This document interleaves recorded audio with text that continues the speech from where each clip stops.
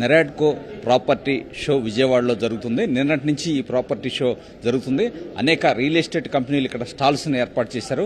కానీ ఆంధ్రప్రదేశ్ ఏదైతే capital regional అథారిటీకి సంబంధించి ఏపీసీఆర్డీఏ సంబంధించి ఒక నమూనా, ఆంధ్రప్రదేశ్ రాజధాని ఏదైతే ప్రభుత్వ భవనాలకు సంబంధించి ఒక నమూనాని ఇక్కడ ఏర్పాటు చేశారు.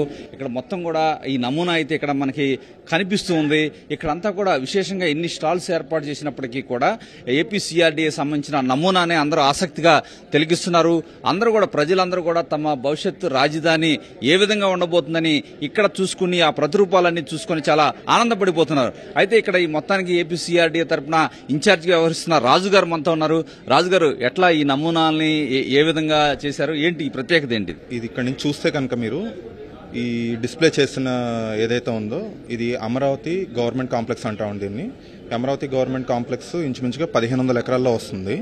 ఈ 1500 ఎకరాలు మీకు ఈ చివరి ఇక్కడి నుంచి మొదలై ఆ చివరి వరకు మేము చూపించాము. 1500 ఎకరాల్లో అమరావతి గవర్నమెంట్ కాంప్లెక్స్లో ఏమేమి ఉంటాయి, అక్కడ మనకి లైఫ్ స్టైల్ ఎలా ఉంటుంది ఏంటి అన్ని ఇందులో కవర్ అయ్యేలా చేశాము. ఈ కృష్ణానది మొదలైన దగ్గర నుంచి ఆ చివరి వరకు మొత్తం 7 కిలోమీటర్ల డిస్టెన్స్ ఇందులో కవర్ చేసామండి. ఈ నమూనాలో అంటే 7 కిలోమీటర్లలో వచ్చేది ఏదైతే ఉందో అమరావతి గవర్నమెంట్ కాంప్లెక్స్ని దాన్ని చిన్నగా మొత్తం ఒకే మీనేచర్లో కనిపించేలా చేసాం. అది ఈ మీనేచర్ యొక్క ప్రత్యేకత. ఈ మీనేచర్ బేసిక్లీ ఏంటంటే 3D ప్రింట్ చేసాము. సో అందువల్ల ఏంటంటే ఆ క్వాలిటీ కానీ మనం ఏవైతే గ్రౌండ్లో బిల్డింగ్స్ వస్తాయని చెప్తున్నామో దానికి యాజ్ ఇట్ ఈజ్ రెప్లికా ఇందులో చూపించగలిగాం అనమాట అండి. అది దీని ప్రత్యేకత. రెండోది ఇక్కడ చూస్తే కనుక కృష్ణానదికి ఆనుకున్న దగ్గర ఈ రోడ్స్ ఏవైతే కనిపిస్తున్నాయో వీటిని ట్రంక్ ఇన్ఫ్రాస్ట్రక్చర్ అంటారు. ఈ ట్రంక్ ఇన్ఫ్రాస్ట్రక్చర్ అంతా కూడా 50 మీటర్ అండ్ అబోవ్ రోడ్స్ ఉంటాయి. బీఆర్టీఎస్ స్టైల్ రోడ్స్ అనమాట ఇవి.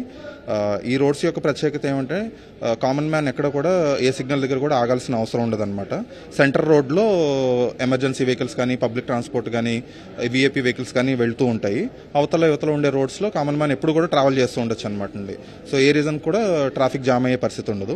అండ్ సర్వీసెస్ ఏవైతే ఉన్నాయో ఇవన్నీ కూడా అండర్ గ్రౌండే ఉంటాయి. మొత్తం అమరావతి అంతా కూడా water, electricity, communication lines, sewage lines, storm water drains ఇవన్నీ అండర్ గ్రౌండ్ వస్తాయి అనమాట అండి. వీటి పైన మేము జాగింగ్ ట్రాక్స్, సైక్లింగ్ ట్రాక్స్ ఇచ్చాము. సో అమరావతి అంతా కూడా మీరు ఇలానే గ్రీనరీ కనిపిస్తుంది. జాగింగ్ ట్రాక్స్, సైక్లింగ్ ట్రాక్స్ ఉంటాయి కాబట్టి ఇది చాలా ఇట్లాంటి మోడల్ వరల్డ్ క్లాస్ మోడల్ అని చెప్పాం కదా, అలాంటి ఫెసిలిటీ అనేది మన అమరావతిలో మనం తీసుకుని వచ్చామన్నమాట. సో ఇన్ఫ్రాస్ట్రక్చర్ సంబంధించి అది. ఈ రోడ్స్ ఏవైతే ఉన్నాయో ఇవి ట్రంక్ ఇన్ఫ్రాస్ట్రక్చర్ అనేది ప్రస్తుతానికి ఈ కనిపిస్తున్న 1500 ఎకరాలు కూడా N11, N12 మధ్యలో, N11, N12 అనే రోడ్స్ మధ్యలో ఈ 1500 ఎకరాలు వస్తుంది అనమాట అండి. మధ్యలో ఒక టవర్ లాగా ఉంటుంది, చాలా హైట్ గా ఉంటుంది. అక్కడికి ప్రజలు వెళ్లి వీక్షించేందుకు కూడా అవకాశం కల్పిస్తారని వీరు చెప్తున్నారు.